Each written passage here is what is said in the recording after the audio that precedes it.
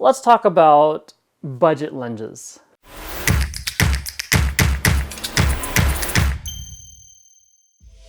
Talking about lenses real quickly, it really kind of comes down to what you need them for. For me and the style that I like to film in, primes really give me the connection to the subject, to the story that I want to be part of, that I want to immerse my audience and myself into as a filmmaker. Meike didn't send me these lenses to talk about. I actually decided to purchase them for myself. They gave me a nice discount to obviously make my purchase choice a little bit easier. I was looking for a budget option for when I'm doing my indie projects or budget option projects where, you know, sometimes or a lot of times budgets don't have room for me renting a whole lot of gear, lenses being a big chunk of it. Why do I want to make this video? I felt that a lot of people who get online and they showcase the lenses or new products that are out, they take it, they run outside, they film some really beautiful imagery, the beautiful imagery of their friends, beautiful imagery around their house, beautiful imagery of, you know, trees, location that they live in, water, whatever. And I wanted to kind of take them out and battle test them. And not a whole lot of people do that with products, and I respect the many who do it because, I mean, we're all investing so much of our time and money into it. Why not see how well they can handle the field? Things that I'd like to give you guys as a note that I've learned over the past 2.5 weeks of using this with my other camera assistants that have helped me out.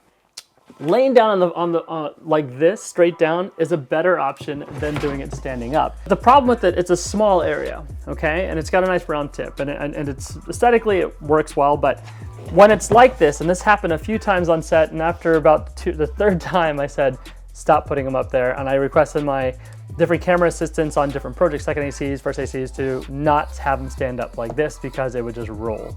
And it would roll easily. We had a scene outside, actually. We were on concrete. They put it on, it was a flat surface. You know, I props to the guys. I didn't put it on like grass because obviously it'll, you know, the weight would make it fall off. But on concrete, it was just sitting up like this, and the gust of wind pushed it, and it just kind of fell.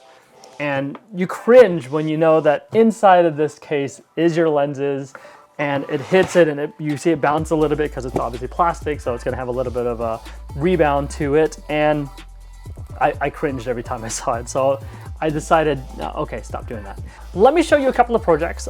Again, I want to say thank you to the directors and the producers and the project managers for allowing me to showcase this footage, to talk about it. And what I'm going to do is I'm going to talk over the footage because I'm not going to put audio on it, just to kind of give you a little bit of insight of what we did.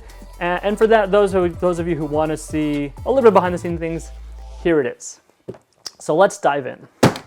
Okay, so let's go through this now, and what I'd like you to kind of pay attention to is basically how the bokeh worked out, the color rendering, just to kind of get an idea of the kind of shots I was able to get with these lenses. And like I said, I was very happy with the results I was getting. And here we are with this artist, Jules, who we shot this with. I was using an easy rig to go over her, and that's why the motion, we wanted to kind of add this motion for the music video to kind of keep it moving the whole time while we were filming on this particular shot. And I liked how the color was kind of rolling off a lot for her here. Here we have an artist I actually collaborated solo, Caroline Lopez. She called me up and said, hey, let's do a shot together. And I shot this, and I love the way that the bokeh worked in the background. I stuck with the 35 for the whole shoot since I was solo operating and manually rendering this. So this is all shot with just the 35mm lens. No changing lenses, because again, by myself, I wanted to kind of stick with one lens running around that shoot. For this one, we did a Nanlight recreate lighting challenge. We reshot 7. Again, my buddy Eddie came and joined me. He actually shot this one, and I just kind of like looked at the shots and we worked together to make it work. And here with the actors, Sabrina and Valerie, they did a great job letting us film them, and it was fun to kind of see how well these lenses did in low light situations. Here's a 48-hour film festival we actually did for 2021. You know, we jumped on a weekend when they were shooting one of these, so we jumped on here. Our director Alex was with us, and I had a first AC, Eris, helping me with follow focus and all that on this one. Again, another low light situation, a lot of fun, making our own lighting schemes and setups. We actually put a bunch of, we made our own practicals. We put in a bunch of aperture lighting in the background for the practicals. And actually, this is shot at night, so that's light coming in through there. But yeah, low light lenses, and I like the fall off coming off of that. Here's a film, Sound of Space, directed by Tyler Morgan. My first AC was my good friend Eddie for this one. Here we actually had a crane shot. Again, with the lenses, I loved how the fall off was working on here. I loved how there's a little bit of bokeh to the ground. Here the bokeh was really nice. It was nice and smooth for me when I was looking at it. There is a little bit of flaring in here that you see coming in, you know, being a full frame lens. A little bit of focus off there, but that's okay. I mean, but he had a really good ability to round up the focus for as long as the focus is.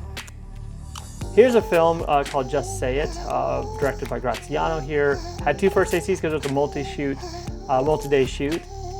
And yeah, again, the fall off on here, the bokeh was nice and clean. I like the clarity. The shots aren't super sharp, and I love that actually for these narrative projects that I'm utilizing them on. It's got that nice, like, soft kind of connection with the sharpness is there, but it's not like so sharp that it looks too digital, right? Here's a pilot shoot we did called Leading Dan, directed by Michael here, a good friend Michael, and I had a first AC named Chirag who helped me with pulling focus, and it was a lot of fun to kind of see how these lenses worked on that set. This next shot you're about to see that's going to roll here in a minute, we jumped into having a Steadicam. Sorry, so I ran Steadicam on this one. I've been only doing scanning for about 2-3 years, so if my horizon's off, I apologize. I'm still getting better and better at it. Here, it was a good challenge to see how well the focus in it. And again, with the long focus throw, it made it a little bit easier for us not to see that focus jumping. It was more like a smooth kind of roll back and off and on as focus was disappearing for the shot. Here's a pilot program called The Bounce we recently shot, directed by Christine, and our first AC was my good friend Max, and we did a really great job with this one. I loved the look, and the actors did a great job on this one, and I felt the lenses really shined in low light situations, like this room was really low lit. This is another low lit room right here. We added a couple lights from our gaffer and grip team, but we wanted to kind of have this like contrasty shoot. A good 1:4 ratio is what we were going with a lot of the shots. Beautiful layout, and get another Steadicam shot here.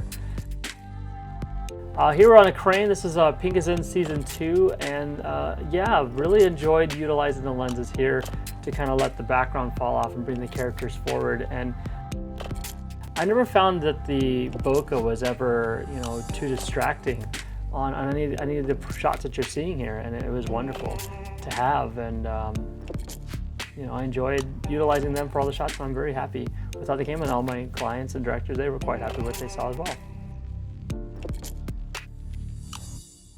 So that's basically it. Thank you for taking the time to sit with me, to see all this. If you made it this far in the video, thank you. I hope you've learned something from this project. I know for myself, watching videos like these really gets my mind around how products that I'm looking at on you know, the online market or the online video scope, to understand, is that something that I can use, something I would want to invest all of my hard-earned money into. I mean, we're all freelance, many of us are freelancers, and as freelancers, you know, we have to kind of be mindful of the gear we bring into our arsenal, because it's going to obviously cost us money. You're going to be behind a couple, and then you have to find ways to supplement that cost on gigs. So keep creating, everybody. I love watching everyone's videos. I love seeing what they have to offer. I learned something from everyone else's videos, and I hope, again, that you learned something from mine. Have a good one, and hope the pandemic's letting everyone go back to gigs. Get out there shooting.